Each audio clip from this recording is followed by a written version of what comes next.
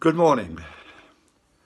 I have a big problem dealing with these covenants because there's so much else in the scriptures that I'm tempted to speak about. And they're all slightly diversions because one could keep speaking about these over and over again and developing all sorts of ideas and thoughts. And I would long to do it, but I'm going to try to stick with the covenants. And therefore I'm going to be making jumps over many important scriptures. The covenant made with Abram and Abraham as he became is passed, of course, to Isaac. That is the child that God had promised to Abram. It passes to Isaac. Now Isaac also had two sons. The one was Esau, the other was Jacob. And again, the covenant does not pass to the eldest child, it passes to the younger one, to Jacob. Now again, you see, I would love to divert at this point. Over and over again, we see a pattern emerging, and God happens to teach very often through patterns. And the pattern we get emerging here is that the second son is the one who inherits. I mean, when Jacob is down in Egypt and Joseph brings his sons to him, Manasseh is the oldest and Ephraim is the youngest. And when he asks Jacob to bless his sons, Jacob actually crosses his hands over and blesses the younger one, Ephraim, first. And Joseph says, no, Mr. Father, he says, Manasseh is the oldest. And Jacob says, no, I'm going to bless them because Ephraim is going to be the strongest and Manasseh is going to be weaker than him. So it's the second son inheriting.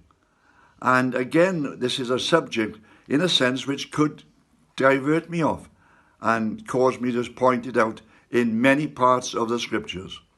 But the covenant passes from Isaac, from Abram, to Isaac, to Jacob, and then to all 12 of his sons. Because of a famine, Jacob and his family have to move into Egypt.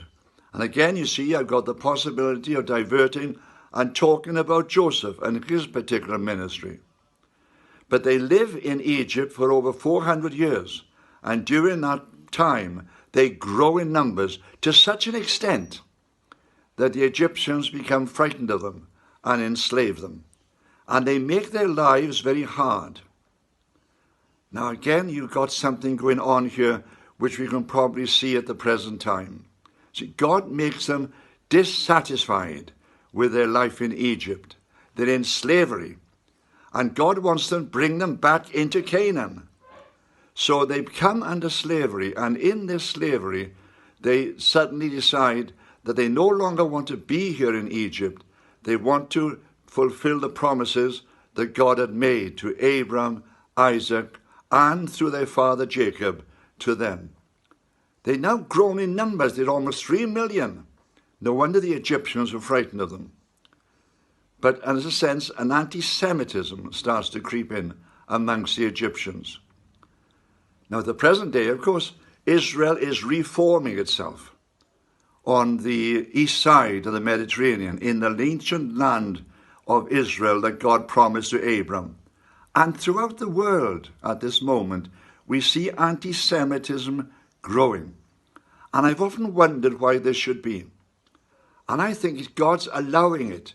He's allowing it to encourage his children to leave the countries in which they're living and to go back again into the land that he's promised them, to go back again into Israel.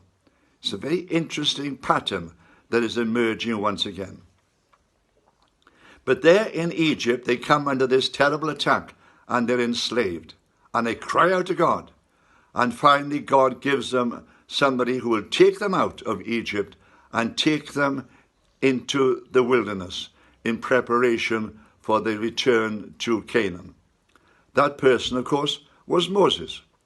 And Moses went to Pharaoh and demanded of Pharaoh that he should release the children of Israel, that they might go out, first of all, into the desert, and then finally that they could return to their land of Canaan.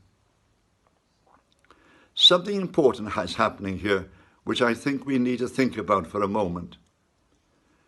When God does this, he deliberately attacks the things that the Egyptians were worshipping. Now, it's said that God is a jealous God, and he is. He's jealous for you, and he's jealous for me. If anything comes between us and him, then he will attack that thing to set us free. He does not want us diverting our attention away from our natural inheritance and from that which he has planned for us. So in Egypt, he attacks, for instance, they were worshipping the god of the sun. What did he do? He makes the place dark. They were worshipping the Nile. What did he do? He turns it into blood. They were even worshipping their firstborn, that which was going to be their progeny, that which was going to take the race forward. What did he do finally? He kills the firstborn. See, he attacks that which is attacking us. And that's something which we must remember as we go forward in our lives. God is truly a jealous God. We'll discuss this again tomorrow.